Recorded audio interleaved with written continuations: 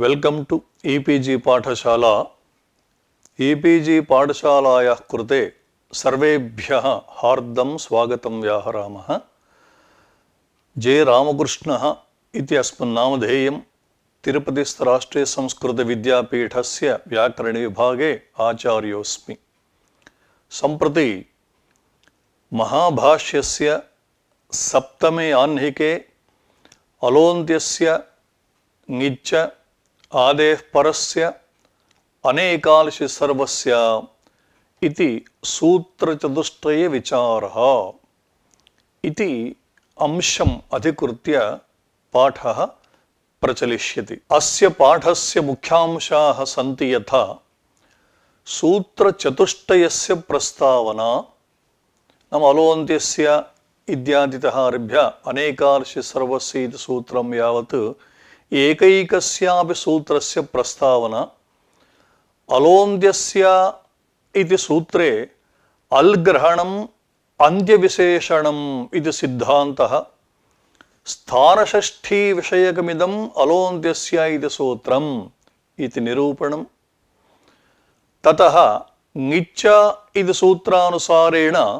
तातङ् आदेशः अन्त्यस्य कुतो न भवति इति विचारः, ततः आदेः परस्य इति सूत्रे एतेषां चतुर्णां सूत्राणां बाध्यबाधकभावविचारः, ततः अनेकाल् सूत्रे सिद्ग्रहणप्रयोजनविचारः इत्येते अंशाः। ततः परम् अस्य सम्पूर्णस्य पाठस्य सारः कः इति अंशाः अत्र विचारयिष्यन्ते। अलोन्त्यसूत्रस्य आदौ प्रस्तावना क्रियते। अलोन्त्यस्य अष्टाध्याय्यां प्रथमाध्यायस्य प्रथमे पादे द्विपञ्चाशत्तमं सूत्रमिदम्। अलः अन्त्यस्य इति पदविभागः द्विपदं सूत्रमिदम्। अत्र अलः इति षष्ठी विभक्ति एकवचनान्तं, तथा च षष्ठी निर्दिष्टस्य अन्त्यस्य स्थाने आदेशः स्यात्। नाम अत्र षष्ठीस्थानयोगित सूत्रम् अनुवर्तते, तेन षष्ठी निर्दिष्टस्य अन्त्यस्य अलः आदेशः स्यात् इति सूत्रार्थः लभ्यते। उदाहरणं त्यदादीनामः, नाम त्यदादिगणे ये शब्दाः पठिताः तत्र अन्त्यस्य स्थाने अकारादेशः विधीयते विभक्तौ परतः। विभक्तौ त्यदादीनाम् अकारः अन्तादेशः स्यात् इति सूत्रार्थः। उदाहरणं सः। यथा तद् इति प्रातिपदिकं पुंलिङ्गे ततः प्रथमभक्ते एकवचने सुप्रत्ययः क्रियते, उकारस्य सम्बन्धलोपे तद् स् इति स्थिते अनेन सूत्रेण त्यदादीनमः इति सूत्रेण अकारः विहितः। अयम् अकारः कुत्र प्रवर्तते इत्युक्ते अलोन्त्यस्य इति परमप्रकृतसूत्रानुसारेण दकारस्य स्थाने भवति। तथा च त अ अत्र द्वयोः अकारयोः अधोगणीयसूत्रेण पररूपे कृते त इति भवति। ततः तदो स सावनन्त्ययोः इति सूत्रेण तकारस्य स्थाने सकारादेशे सुप्रत्ययसम्बन्धिनं सकारं योजयामः सस् इति, सकारस्य स्थाने ऋत्वे विसर्गे च सः इति भवति। एतावता अलोन्त्यस्य इति सूत्रस्य उदाहरणं किम् इत्युक्ते त्यदादीनामः इति सूत्रम्। एवं स्थिते इदञ्च सूत्रं स्थानषष्ठी विषये एव प्रवर्तते। अत एव भविता इत्यत्र आर्धधातुकसिड्वलादि सूत्रेण विधीयमानः इडागमः ऋकारात् प्राक् न भवति। नाम भविता इत्यत्र भूधातुः तृच् प्रत्ययः स्वीक्रियते भूतृ इति स्थिते अत्र वस्तुतः टित्वात् आद्योयः इत्युक्ते तृ इत्यत्र यः ऋकारः वर्तते तस्य आदौ तु न प्रवर्तते। कुतः इत्युक्ते स्थानषष्ठी विषये इदम् इत्युक्तम्। इदानीं टित् किं भवति इत्युक्ते आद्यवयवः भवति। कथम्? आद्यन्तौ टगदसूत्रानुसारेण। तथा च अवयवषष्ठी विषये इदं न प्रवर्तते, स्थानषष्ठी विषये एव। ततः अलः इत्यनेन पदस्य इत्यधिकारे वसुस्रंसु ध्वं स्वनडहां दः इति दत्वं परमाणुभ्यामित्यत्र अनडुः शब्दस्य न प्रवर्तते इति अयमाशयः अत्र इदानीं पदस्य इत्यधिकारे एकं सूत्रं पठितं यथा वसुस्रंसु ध्वं स्वरडुहां दः येषां दः अन्तादेशः स्यात् इति ताभ्याम् इत्यस्मिन् अर्थे परमाणुः भ्याम् इति स्थिते अत्र हकारस्य स्थाने एव अयं दकारादेशः भवति कुतः अल् इत्युक्ते हकारे भवति यदि इदं सूत्रं न भविष्यत् तर्हि परमाणुः इत्यत्र द्वितीयं पदं यद्वर्तते पदस्य इत्यधिकारे स्थितत्वात् अनडुः इति सम्पूर्णस्य शब्दस्य स्थाने अयं दकारादेशः स्यात् किन्तु अलः इति कथनेन सः दोषः निवर्तते इति सम्प्रति भाष्यरीत्या एतत् सूत्रार्थं विचारयामः अलोन्त्यस्य इति सूत्रार्थं विचारयामः अल् ग्रहणम् अन्त्यविशेषणं भवति वा उत आदेशविशेषणं वा इति प्रकृतः अंशः किमिदम् अल् ग्रहणम् अन्त्यविशेषणम् आहोस्वित् आदेशविशेषणम् इति कुतः अयं प्रश्नः आगतः इत्युक्ते लकारान्तः पुंलिङ्गः अल् शब्दः इति स्वीक्रियते चेत् अल् अलौ अलः प्रथमाविभक्तिबहुवचनान्ते अलः इति भवति एवं षष्ठीविभक्त्येकवचनेपि अलः अलोः अलाम् अलः इति रूपं भवति यद्यपि पञ्चविभक्त्येकवचनेपि अलः इत्येव भवति द्वितीयाविभक्तिबहुवचने अलः इत्येव भवति किन्तु तयोर्द्वयोः विभक्त्योः अत्र न प्रसङ्गः अतः किमिदं षष्ठीविभक्त्यन्तं पदं वा अलः इति नो चेत् प्रथमा बहुवचनान्तं वा कुतः इत्युक्ते समानरूपत्वात् अयं प्रश्नः कृतः तत्र किञ्च अतः इत्युक्ते अस्मात् प्रश्नात् किं तव विवक्ष्यतं नाम किमिदम् अन्त्यविशेषणं वा आहोस्वित् आदेशविशेषणं वा इति तव या पृच्छा वर्तते तस्याः पृच्छायाः आशयः कः इति स वदति यदि अन्तविशेषणम् आदेशः अविशेषितो भवति नाम आदेशस्य सम्बन्धो न स्यात् तत्र को दोषः इति चेत् यदि अन्त्यविशेषणं पादः पत् इति पदादयः अनेकालोपि अन्त्यस्य प्राप्नुयुः अत्र किञ्चित् जागृत्या विलोक्यताम् पादः पत् पाद् शब्दान्तं यदङ्गं भं तदवयवस्य पादित्यस्य पद आदेशः स्यात् इति सूत्रार्थः इदानीम् अत्र यदि अलोन्त्यस्य इति सूत्रे अलः इति पदम् अन्त्यविशेषणम् इति उच्यते चेत् तर्हि पाद इत्यत्र अन्त्यः अल् यः वर्तते दकारः तस्य स्थाने पदादेशः प्राप्नुयात् इत्येवं रीत्या तथा च अनभीष्टं रूपम् आपद्येत इति कदा अयं दोषः यदि अल् ग्रहणम् अन्त्यविशेषणम् इति उच्यते चेत् भवतु आदेशविशेषणं पक्षं स्वीकुर्मः इत्युक्ते यदि पुनः अल् अन्त्यस्य अलन्त्यस्य इत्युच्यते तत्राप्ययमर्थः अनेकालशि सर्वस्य इत्येतन् न वक्तव्यं भवति ह्यः नियमार्थं भविष्यति अलेव अन्त्यस्य भवति न अन्यः इति नाम प्रथमाविभक्त्यन्तत्वे अलन्त्यस्य इति प्रथमविभक्त्यन्तत्वे अरुर्मनश्चक्षुश्चेतोरहोरजसां लोपश्च इति सूत्रम् अत्र दोषः आयाति कथमित्युक्ते येषां लोपः च्विश्च इति सूत्रार्थः नाम एतेभ्यः च्वी प्रत्ययः भवति येषां लोपश्च भवति इति यथा विचेतनी करोति इत्युदाहरणं सूत्रे चेतस्य शब्दः वर्तते इति लोपः अन्त्यस्य अत्र विहितः प्रथमायां सर्वलोपापत्तिः वस्तुतः अस्माकं सिद्धान्ते अन्त्यस्यैव लोपः अत्र इष्टः अरुर्मनश्चक्षु इत्यादि सूत्रेण धीयमाने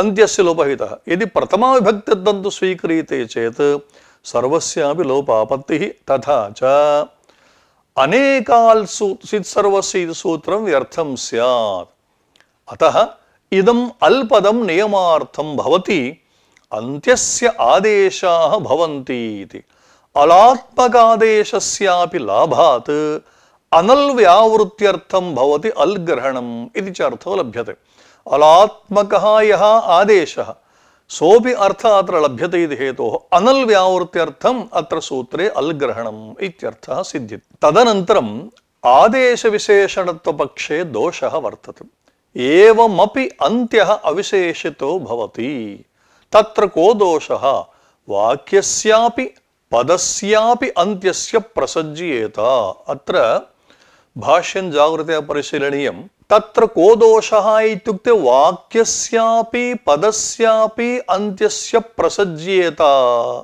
नाम अलोन्त्यस्य सूत्रं तत्र वस्तुतः वाक्यस्य विषये दोषः एव नास्ति किन्तु तथापि कदाचित् सम्भावयितुं शक्यते इति दोषपरत्वात् वाक्यस्यापि इत्युक्तं वस्तुतः अयं दोषः नास्ति कुतः इत्युक्ते षष्ठीस्थानयोग इति सूत्रम् अत्र अनुवर्तते इति पूर्वमुक्तम् अतः न हि वाक्यं षष्ठी निर्दिष्टं सम्पूर्णायाम् अष्टाध्याय्यां यत्र यत्र स्थान्यादेशभावः तत्र पदमेव अथवा कश्चन वर्णः षष्ठी निर्दिष्टः भवति वाक्यं तु कुत्रापि षष्ठी निर्दिष्टं नास्ति किन्तु अत्रापि कदाचित् स्यात् इति अनन्तरं किमुक्तं वाक्यस्यापि पदस्यापि इति पदस्य विषये प्रस्तावनायाम् उक्तं परमाणुभ्याम् इत्यत्र अनडुः इति यत् पदं सम्पूर्णं तस्य सम्पूर्णस्य पदस्य स्थाने दत्वं प्राप्नोति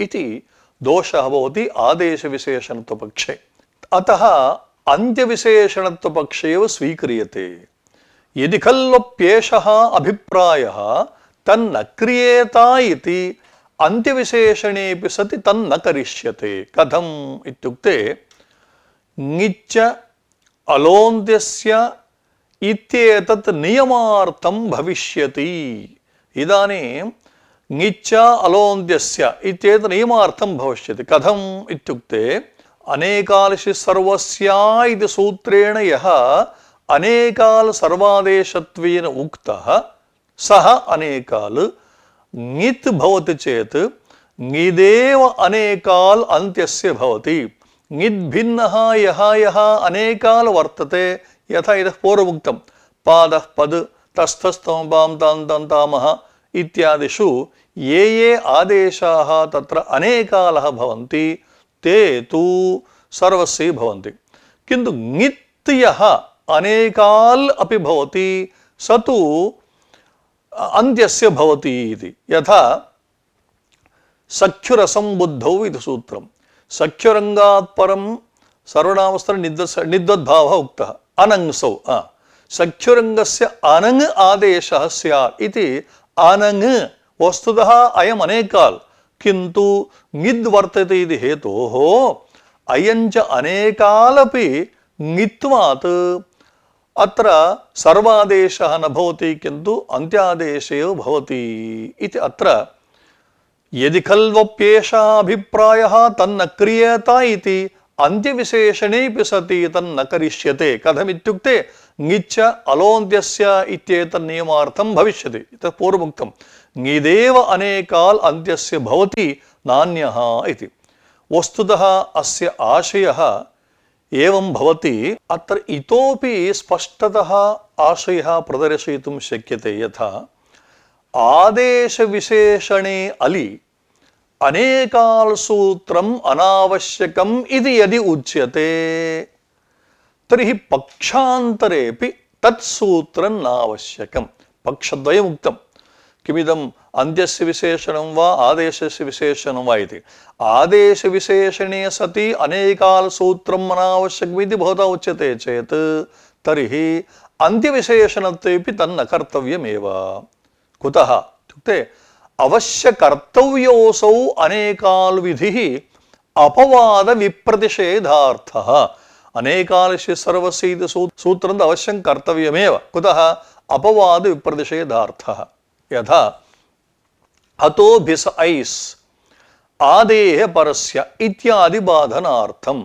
अतो भिस ऐस् अदन्तादङ्गात् परस्य भिसः ऐस् स्यात् इति।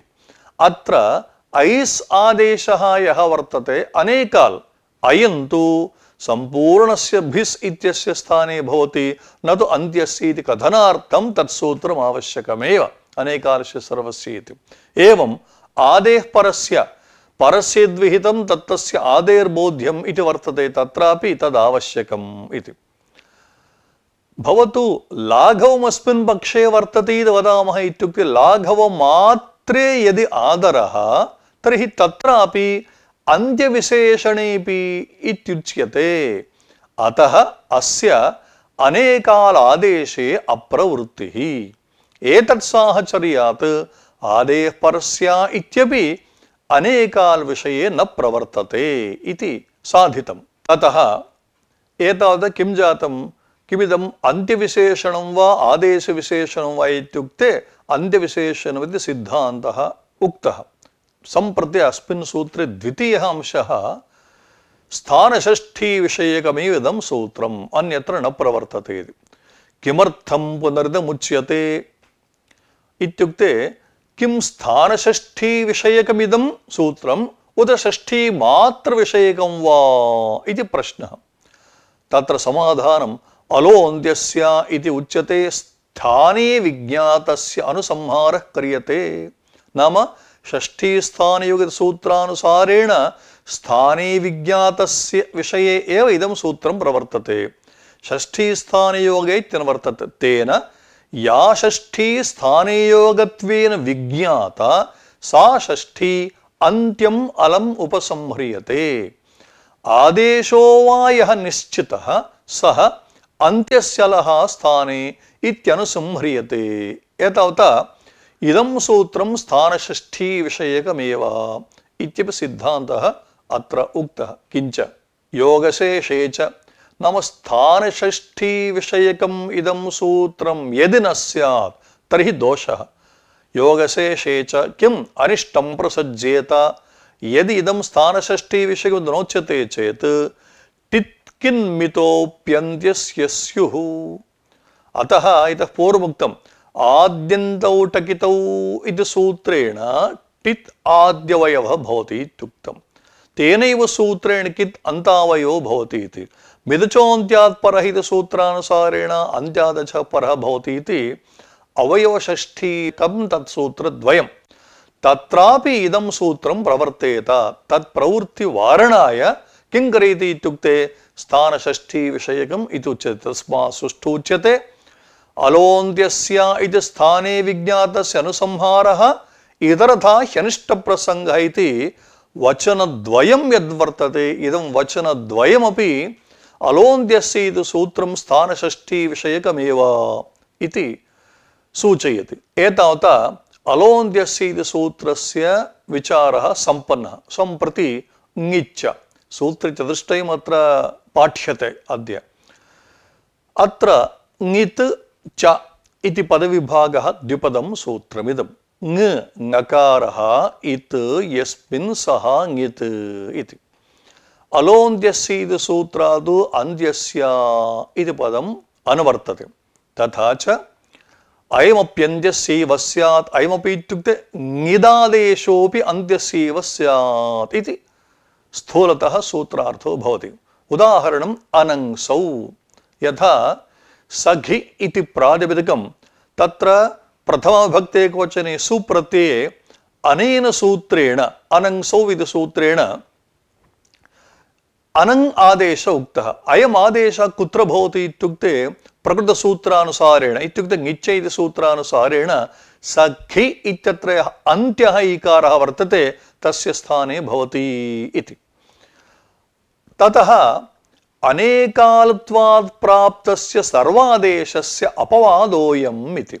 नाम इदं सूत्रं ङिच्च इति सूत्रम् अलोऽन्त्यस्य इति सूत्रस्य अपवादः। अन्यथा इतः पूर्वमुक्तया रीत्या अनङ् इति अनेकालस्ति इति हेतोः अनेकालस्य सर्वसूत्रानुसारेण सर्वादेशः स्यात्। किन्तु तं बाधित्वा ङित्वात् अन्त्यस्यैव स्थाने भवति इति सूत्रस्य आशयः। सम्प्रति भाष्यरीत्या किञ्चित् विचारयामः। तातं अन्त्यस्य स्थाने कस्मान् न भवति ङिच्च अलोन्त्यस्य इति प्राप्नोति इति। तस्य शङ्का, भवता ङिच्च इति सूत्रं पठितम्, अर्थः कः उक्तः, ङित् यः आदेशः सः अन्त्यस्य स्थाने भवति इति। किन्तु तुह्योस्तातं आशिष्यन्यतरस्याम् इति सूत्रेण यः तातं आदेश उक्तः सः तु हि इत्यनयोर्द्वयोः स्थाने उक्तः। वस्तुतः ङिदपि अन्त्यस्यैव स्यात् इति अर्थः यदा स्वीक्रियते, तु इत्यत्र वर्णद्वयं वर्तते, तत्र उकारस्यैव स्थाने तातं स्यात्। हि इत्यत्र हकार हिकारस्य वर्णद्वयं ङिच्च इति सूत्रानुसारेण अयम् अन्त्यस्यैव स्यात्, किन्तु सर्वादेशत्वेन उच्यते।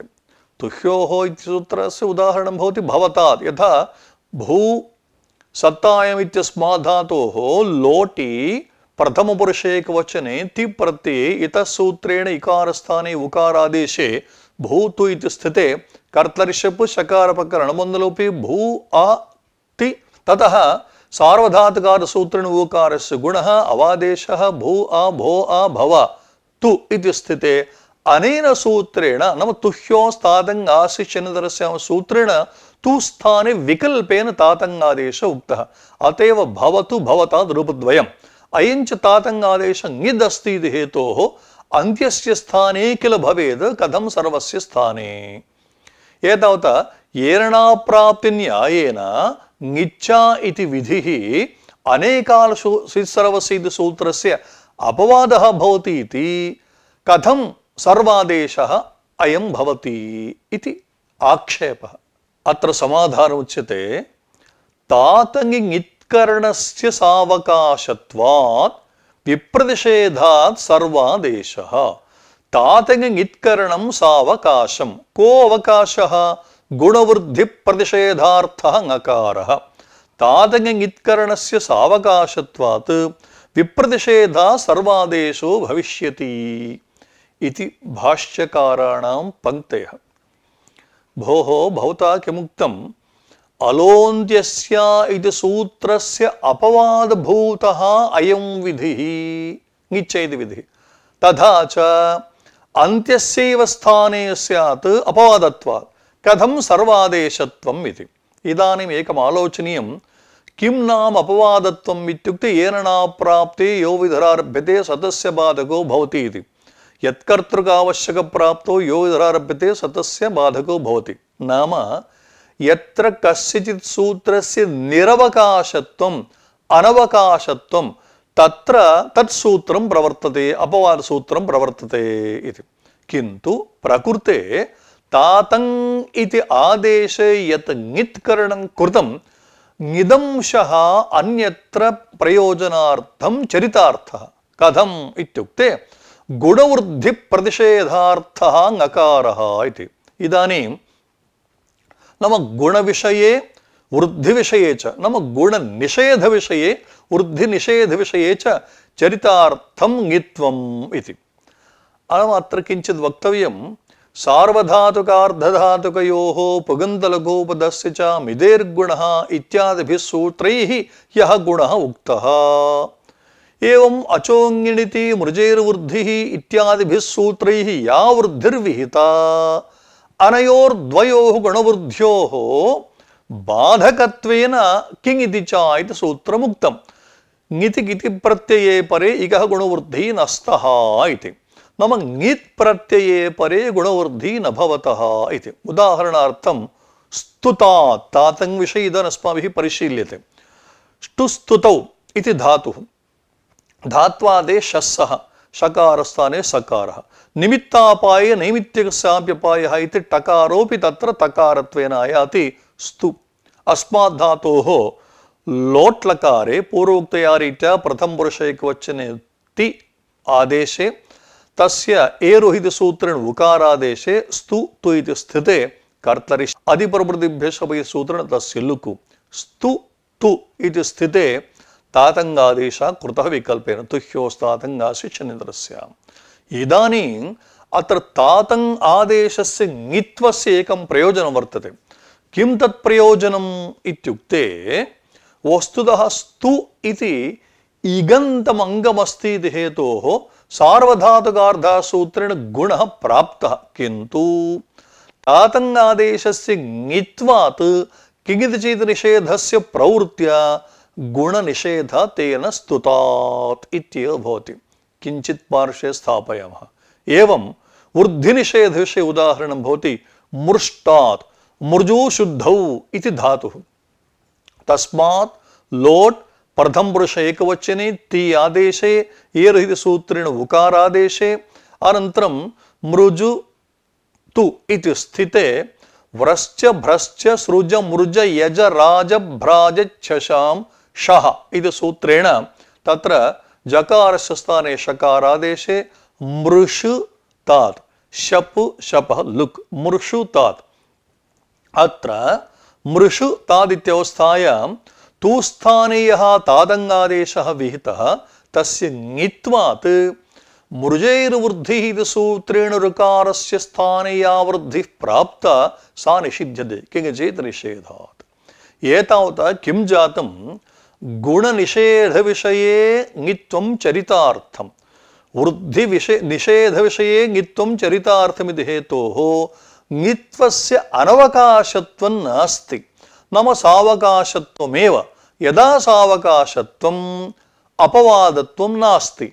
यदा अपवादत्वं नास्ति अत्र ङिच्चा इति सूत्रेण प्राप्तम् अन्त्यादेशं बाधित्वा अनेकाल्त्वा सर्वादेश एव भवति। अतः अनेकाल्त्वात् सर्वादेश एव इति तातङ् विषये यः आक्षेपः कृतः सः आक्षेपः वारितः एतावत्। इदं समाधानं निराक्रियते पूर्वपक्षिणा। कथमित्युक्ते भोः भवता किमुक्तं गुणवृद्धि निषेधाख्यं प्रयोजनं वर्तते, अतः सावकाशमिदं ङित्वं ङित्वस्य सावकाशत्वात् एरणाप्राप्तिन्यायः न प्रवर्तते। यदा अस्य न्यायस्य प्रवृत्तिर्नास्ति तर्हि अपवादत्वं नास्ति, तथा च सर्वादेश एव इति किल उक्तम्। इदानीं प्रयोजनं नाम तद्वक्तव्यं यत् नियोगतः स्यात्। नियोगतः इत्युक्ते नियमेन यद्भवति अवश्यं यद्भवति तत् प्रयोजनम् इति। यदि च अयं नियोगतः सर्वादेशः स्यात् नाम तु इति सम्पूर्णस्य स्थाने तातङ्गादेश एव भवति इति प्रयोजनं नियमेन भवति चेत् तदानीम् एतत् प्रयोजनं स्यात्। नाम गुणवृद्धिनिषेधार्थः चरितार्थः इति। कुतो नु खल्वेतत् एवं कुतः वक्तव्यं, कुतो न भवति। ङित्करणात् अयं सर्वादेशः भविष्यति न पुनः अन्त्यस्य इत्येवं रीत्या कुतः न वक्तुं शक्यते इति पुनः अत्र आक्षेपः आयातः। अत्र भाष्यार्थः विवृते सति सर्वादेशत्वे ङित्करणं गुणवृद्धिप्रतिषेधार्थं स्यात्। तदेव तु सर्वादेशत्वम् अलभ्यं। कुतः? ङित्वात् अन्त्यस्यैव प्रसङ्गः। गुणवृद्धिप्रतिषेधार्थत्वे सिद्धे सर्वादेशत्वं, सर्वादेशत्वे सति गुणवृद्धिप्रतिषेधार्थत्वमिति अन्योन्याश्रये दोषः अत्र आयाति। तथा च सर्वादेशत्वस्य अलाभे पुनः अन्त्यस्यैव तातङ्गादेशः प्राप्नोति इति आक्षेपः। अत्र समाधानं पुनः उच्यते। ओह एवं तर्हि एतदेव ज्ञापयति न तातङ् अन्त्यस्य स्थाने भवति यत् एतं ङितं करोति। इतरथा हि लोटः एरुप्रकरणे एव ब्रूयात् तिह्योस्तादाशिष्यन्यतरस्याम् इति। नाम एवं तर्हि एतदेव ज्ञापयति। एतदेव इत्युक्ते तातङ् आदेशे ङित्करणमेव ज्ञापयति। किं ज्ञापयति? तातङ् अन्त्यस्य स्थाने न भवति इति। अत्र उच्यते अन्तरेणापि ङित्वम् एरुप्रकरणे तात् नाम तिह्योस्तात् आशिष्यन्यतरस्याम् तावता वक्तुं शक्यते। ङित्करणस्य आवश्यकता नास्ति। तेन अन्त्यादेशत्वं सिद्ध्यति। ङित्वादेव गुणवृद्धिप्रतिषेधार्थं ङित्वम् इति ज्ञायते। अतः तातङ् आदेश केवलं पश्यन्तु केवलं ङित्करणादेव अत्र सर्वादेशः भवति इति। ङित्वसामर्थ्यात् सर्वादेशद्वारा गुणवृद्धिप्रतिषेधार्थमेव अत्र ङित्वं भवति इति। एतावता ङिच्चे इति सूत्रार्थविचारः सम्पन्नः। ततः आदेः परस्य इति सूत्रस्य प्रस्तावना। आदेः परस्य अष्टाध्याय्यां प्रथमाध्यायस्य प्रथमे पादे 54तमं सूत्रमिदम्। अत्र आदेः परस्य द्विपदं सूत्रमिदम्। परस्य यद्विहितं तत् तस्य आदेर्बोध्यम् इति। अलोन्त्यस्य इति सूत्रस्य अपवादः अयं विधिः। उदाहरणम् अस्य सूत्रस्य उदस्थास्तम्भोः पूर्वस्य इति। कोऽर्थः उदः परयोः स्थास्तम्भोः सिद्धान्ते अर्थः उच्यते उदः परयोः स्थास्तम्भोः पूर्वसवर्णः इति। अत्र स्थास्तम्भोः इत्युक्ते स्था धातुः स्तम्भ धातुः। यदि इदं सूत्रं नास्ति आदेः परस्य इति तर्हि स्था इत्यत्र अन्त्यः यः आकारः स्तम्भ इत्यत्र अन्त्यः यः भकारः तयोर्द्वयोः स्थाने पूर्वसवर्णः स्यात् अलोन्त्यस्य इति सूत्रानुसारम्। अतः इदं सूत्रं किं करोति आदेः परसूत्रं परस्य यद्विहितं नाम उदः परयोः स्थास्तम्भो उत् इत्यस्मात् परौ यो स्थास्तम्भौ परस्य विहितत्वात् आदेरेव इत्युक्ते स्था इत्यत्र सकारस्यैव स्थाने पूर्वसवर्णो भवति। एवं स्तम्भ इत्यत्र सकारस्य स्थाने भवति न तु अन्त्यस्य स्थाने। एतदभावे उत्थानम् उत्तम्भनमित्यादौ अन्त्यस्य पूर्वमुक्तं स्था इत्यत्र आकारस्य स्तम्भ इत्यत्र भकारस्य स्थाने पूर्वसवर्णः प्राप्तः। इदानीं यदा इदं सूत्रम् अङ्गीक्रियते स्था इत्यत्र सकारस्य स्थाने सकारः अघोषः महाप्राणश्च अतः तत्तुल्यः पूर्वसवर्णः इत्युक्ते ठकारः भवति इति हेतोः उत्थानम् उत्थानम् इति रूपं सिद्ध्यति इति स्थूलतः आदेः परस्य सूत्रस्य इयं प्रस्तावना भवति। एतन्नियमापेक्षया सर्वादेशस्य प्राबल्यम्। इदानीं पश्यन्तु ङिच्चा इति सूत्रम् अलोन्त्यस्य इत्यस्य अपवादः भवति इत्युक्तम्। एतत् सूत्रापेक्षया तु नाम आदेः परसूत्रापेक्षया तु अनेकार्षसूत्रं प्रबलं भवति। अत्र प्रसङ्गात् भगवता भाष्यकृता सुष्ठु नाम एतेषां चतुर्णां सूत्राणां मध्ये किं सूत्रं कस्य सूत्रस्य अपवादभूतं भवति इति सुष्ठु वर्णितं। यथा अत्र वस्तुतः व्याख्यानस्य अपेक्षा एव नास्ति। अलोन्त्यस्य आदेः परस्य अनेकांशि सर्वस्य इति अपवादविप्रतिषेधात् सर्वादेशः इति वार्तिकं तस्य वार्तिकस्य विवरणम्। अलोन्त्यस्य इति उत्सर्गः तस्य आदेः परस्य अनेकांशि सर्वस्य इति द्वौ विधि अपवादभूतौ अपवाद विप्रतिषेधात् सर्वादेशो भविष्यति इति। ततः आदेः परस्य इत्यस्य अवकाशः द्व्यन्तरूपसर्गेभ्योपईत् इति सूत्रम्। नाम अत्र अप् इति शब्दस्य स्थाने ईकारः भवति इत्युक्तम्। अप् शब्दः कस्मात् परः शब्दः इत्युक्ते द्वि अंतर उप द्व्यन्तरूपसर्गेभ्योपईत् अतएव द्वीपम् अन्तरीपं समीपं द्वि इति शब्दात् अप् शब्दः परः अस्ति। अन्तर् इत्यस्मात् परः अप् सम् इत्यस्मात् अप् इति वर्तते। इदानीं तस्य अकारस्य स्थाने ईकारादेशः भवति। कथं नाम वस्तुतः ईकारादेश इत्युक्ते पूर्वमुक्तरीत्या अन्तादेशः स्यात् किन्तु आदेः परस्य इति अपवादः भवति इति हेतोः तत्र परस्य आदेः भवति इत्युक्ते अप् शब्दे अकारस्य भवति। अनेकादशि सर्वस्य इत्यस्य अवकाशः भवति अस्तेर्भूः। भू आदेश अनेकाल भकार ऊकारयोः द्वयोः विद्यमानत्वात् अनेकाल।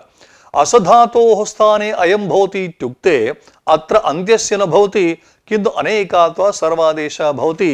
यथा असधातोः लुटि भू आदेशः एवं तुमुं प्रति भू आदेश सर्वादेशः भवति। ततः एतन्नियमापेक्षया सर्वादेशस्य प्राबल्यम्। इह उभयं प्राप्नोति अतोऽभ्यस ऐस् अनेक इदानीम् अतोऽभ्यसयस् इत्यत्र किं कर्तव्यं? यतोहि अदन्तादङ्गात् परस्य इत्युक्ते आदेः परसूत्रानुसारेण भकारस्य स्थानादेशः भवति। ऐस् अनेकाल अस्ति इति हेतोः सर्वादेशोऽपि प्राप्नोति। किमत्र कर्तव्यम्? इह उभयं प्राप्नोति अतोऽभ्यस ऐस्। अत्र अनेकालस्य सर्वस्य इत्येतद् भवति विप्रतिषेधेन अत्र परत्वात् सर्वादेशे भवति इति। तत्र तन्न विप्रतिषेध तुल्यबलविरोधे तत् प्रदर्शनीयम्। तत्र उच्यते षित् सर्वस्य इत्यस्य अवकाशः भवति इदम इष् इति सूत्रम्। इदं शब्दस्य स्थाने इष् आदेशः स्यात्। स च आदेशः कथं भवति इत्युक्ते इष् इति षिद् अस्ति इति हेतोः। अन्यथा इदम् इत्यत्र अन्त्यस्य स्थाने स्यात् इष् आदेशः किन्तु षित्वात् सर्वादेशः। यथा इतः इदं शब्दात् तस्लु प्रत्यये सति इदं शब्दस्य स्थानेन सूत्रेण इ आदेशे इतस् ऋत्विसर्गे च इतः एवं यः। एवं आदेः परस्य इत्यस्य अवकाशः भवति स एव।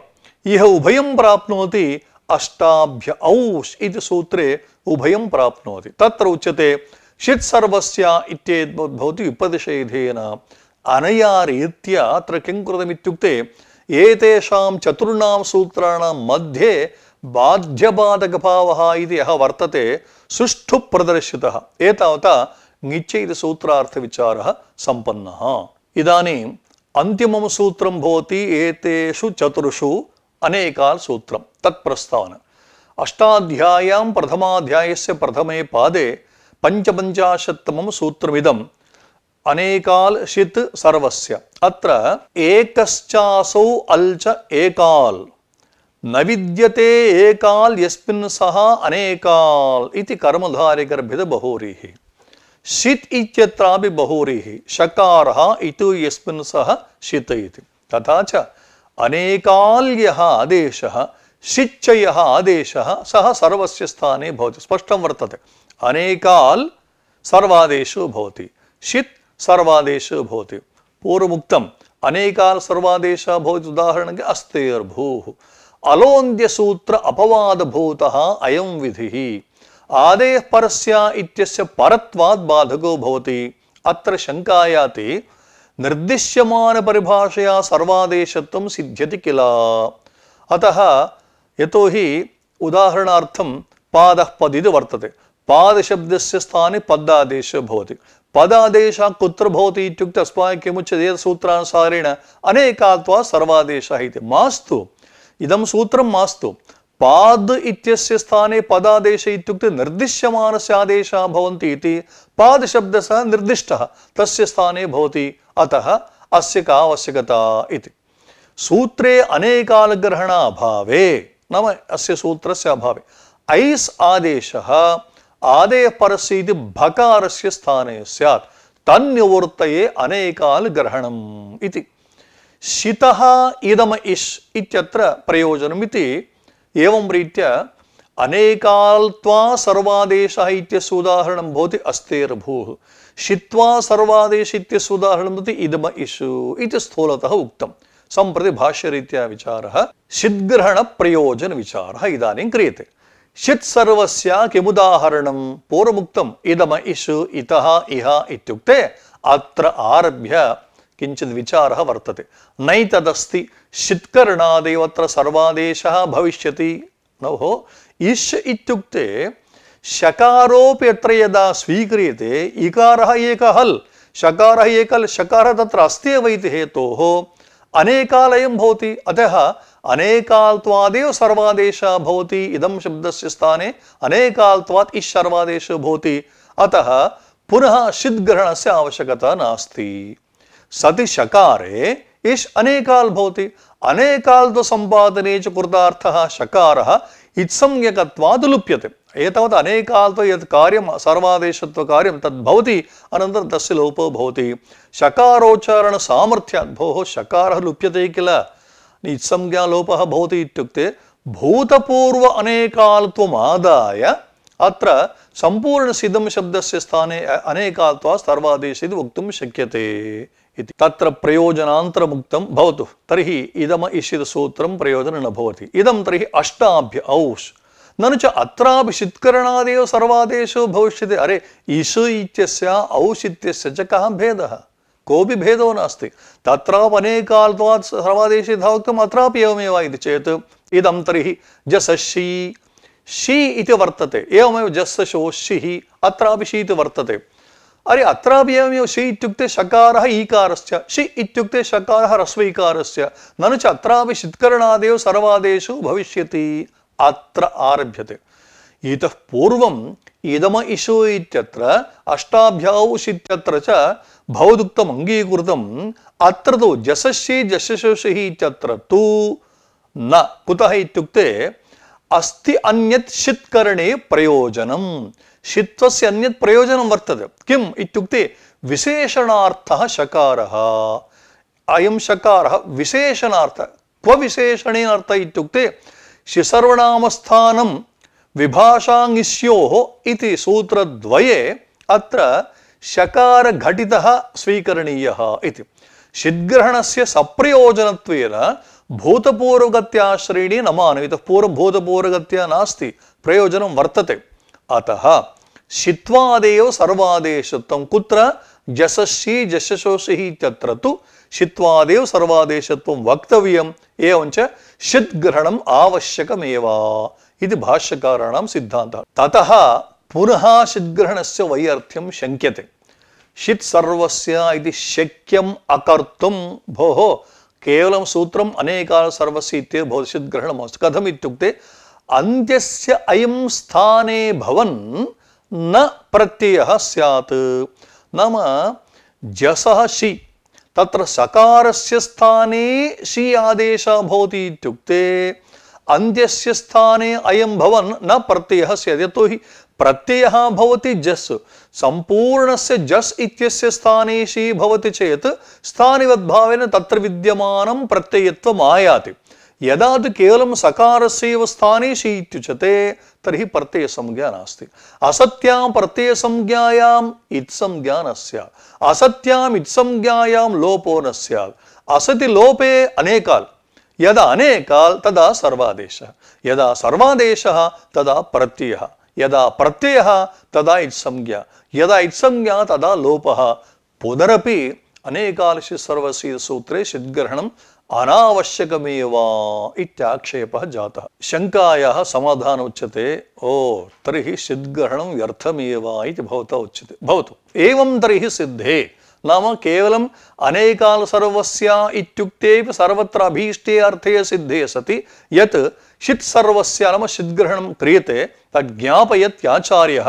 अस्त्येषा परिभाषा नानुबन्धकृतम् अनेकाल्त्वं भवति इति नाम षिद्ग्रहणं व्यर्थं सत् अनुबन्धकृतम् अनेकाल्त्वं नाश्रयणीयम् इति भवता किमुक्तं षि इत्यत्र द्वौ अलौ स्तः सत्यं द्वौ अलौ स्तः किन्तु एकस्तु शकारः इत्संज्ञकः अपरस्तु ईकारः श्रूयमाणः अस्य अनेकाल्त्वं कदा आगतम् इत्युक्ते इत्संज्ञकस्य नाम अनुबन्धस्य शकारस्यापि योजने सः एकः अल् अयम् एकः अल् इति मिलित्वा अनेकाल्त्वम् आगतं किन्तु सर्वत्रापि अनुबन्धवर्णं त्यक्त्वा एव अनेकाल्त्वं स्वीकरणीयं यथा अतोभिस् ऐस् इति वर्तते पादः पदिति वर्तते अस्तिर्भूत् तद्रीत्या अत्र न कुतः इत्युक्ते अनुबन्धवर्णमपि स्वीक्रियते चेदेव अनेकाल्त्वं कि अतः तावत् अत्र षिद्ग्रहणं व्यर्थं सत् नानुबन्ध अनेकाल्त्वम् इति परिभाषां ज्ञापयति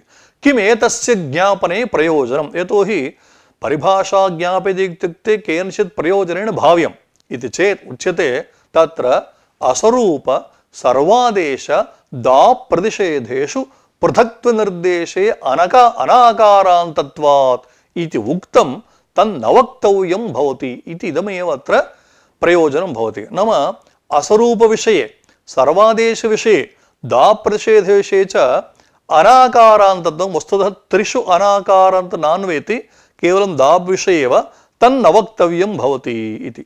जसषि इति शी प्रभृतीनामपि षित्वादेव सर्वादेशत्वं षिद्ग्रहणं व्यर्थं सत् अनुबन्धानाम् अल्पव्यवहार अभावः नाम अनुबन्धसहितः सहितम् अनेकाल्त्वं न स्वीक्रियते। अत एव अनुबन्धकार्येषु अनल्विधौ इति स्थानवित्वनिषेधः न। यतोहि अनुबन्धं स्वीकृत्य अनल्विधौ इति स्थानविद्भावनिषेधः वक्तुं न शक्यते। अत्र पूर्वम् अंशत्रयम् उक्तम्। असरूपविषये सर्वादेशविषये दा प्रतिषेधे। असरूपविषये यथा स्याद्व्यधा इत्यादि सूत्रेण विहितस्य शस्य ददाति दधात्योर्विभाषा इति न इति भवति। असरूपः नास्ति, स्वरूपः अस्ति। अतः एवं सर्वादेशे दिव औत् दिवि इत्यस्य स्थाने औवादेशः भवति इत्युक्ते वकारस्यैव स्थाने भवति न तु सम्पूर्णस्य। एवं दा प्रतिषेधे दादाग्भदाप् इति सूत्रेण यत्र घिसंज्ञा दाप् दैपौ वर्जयित्वा इत्युक्तम् अनुबन्धः तत्र उक्तः। अनाकारान्तत्वात् इति तृतीये हेतुः पूर्वमुक्तम्। यद्यपि तत्र अंशत्रयं वर्तते असरूपः अंशः सर्वादेशरूपः अंशः दाप्रतिषेधरूप अंशः अनाकारान्तत्वात् त्रिषु नान्वेति केवलं दाप् विषये एव। इत्थं षिद्ग्रहणं व्यर्थं सत् नानुबन्धकमनेकालत्वम् इति परिभाषायाः ज्ञापकं भवति इति सिद्धम्। इदानीम् अस्य पाठस्य सारः वर्ण्यते।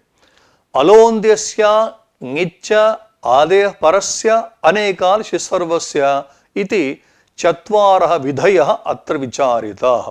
एकैकस्यापि विचारणात् प्राक् एकैकस्यापि सूत्रस्य प्रस्तावना कृता।